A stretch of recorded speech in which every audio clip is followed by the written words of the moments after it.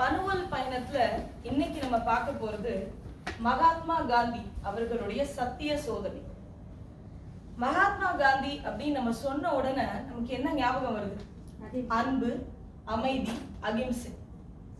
மகாத்மா காந்தி அவர் எழுதின அந்த சத்திய சோதனையில அவருடைய சிறு பிராயம், அதுல இருந்து பள்ளி பருவம் எல்லாத்தையும் அழகா ஒண்ணு ஒண்ணா சொல்லியிருக்காரு. நம்மளால எல்லாத்தையும் பார்க்க முடியாது, ஒரு சில விஷயங்களை மட்டும் பார்க்கலாம்.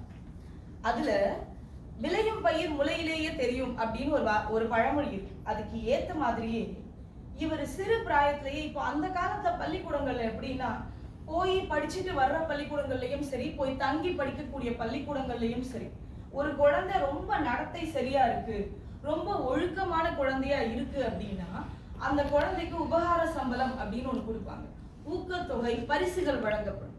அந்த பரிசுகளை மகாத்மா காந்தியுடைய சகோதரர்கள் கூட ஒரு 2 தடவை வாங்கல. ஆனா மகாத்மா காந்தி ஒரு வருடமும் தவறாம வாங்கிடுவார்.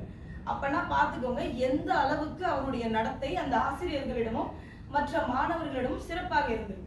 ஆனா அதுல சிறப்பு என்னன்னு கேட்டீங்கன்னா, அவர் பண்ண நல்லதை மட்டும் அவர் சொல்லல, அவர் என்னென்ன தப்பு பண்ணாரோ எல்லாத்தையும் சொல்லியிருக்காரு. அதுதான் அந்த சுயசிறுதையோட ரொம்ப அழகான விஷயம். அதுல ஒரு விஷயம் என்னன்னா, சிறு வயசுல அவருக்கு நிறைய கெட்ட பழக்கங்கள் இருந்திருக்கு. நிறைய பொய் பேசியிருக்காரு, சுருட்டு பிடிச்சிருக்காரு. நம்ப முடியல நம்மளால.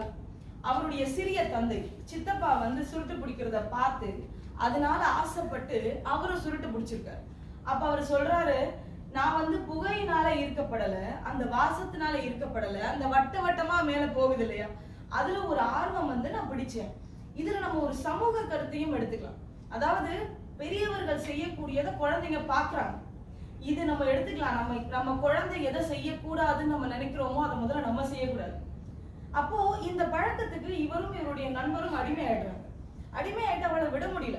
இப்போ ஒரு குழந்தைக்கு சுருட்டுக்கு காசுக்கு எங்க போகும்? அந்த குழந்தை அதுக்கு அடிமையானா அந்த குழந்தை காசு தேவைப்படும்.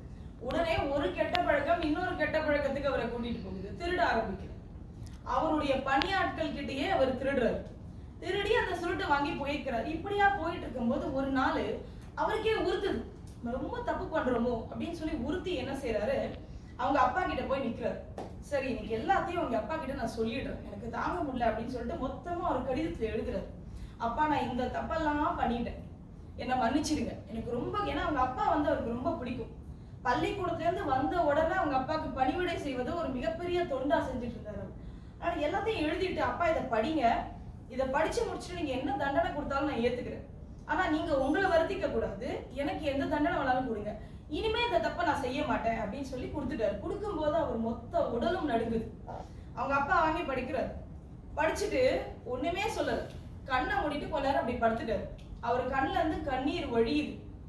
கொஞ்ச நேரம் கழிச்சு எந்திரிச்சு அந்த கடிதத்தை சுக்கு நூறா கிழிச்சு போட்டுட்டு மறுபடியும் படுத்துட்டாரு.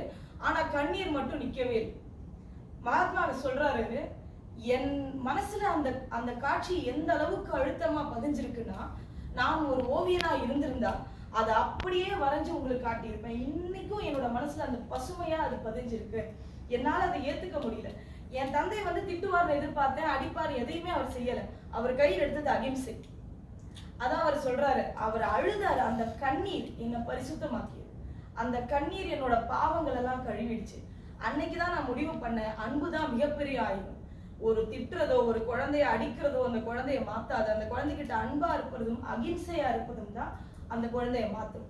அதுதான் பிற்காலத்துல அந்த அகிம்சையை அவர் கையில எடுத்து நம்ம நாட்டுக்கே சுதந்திரம் வாங்கி கொடுக்கறதுக்கு ஒரு மிகப்பெரிய அடித்தளமா அமைது. நன்றி.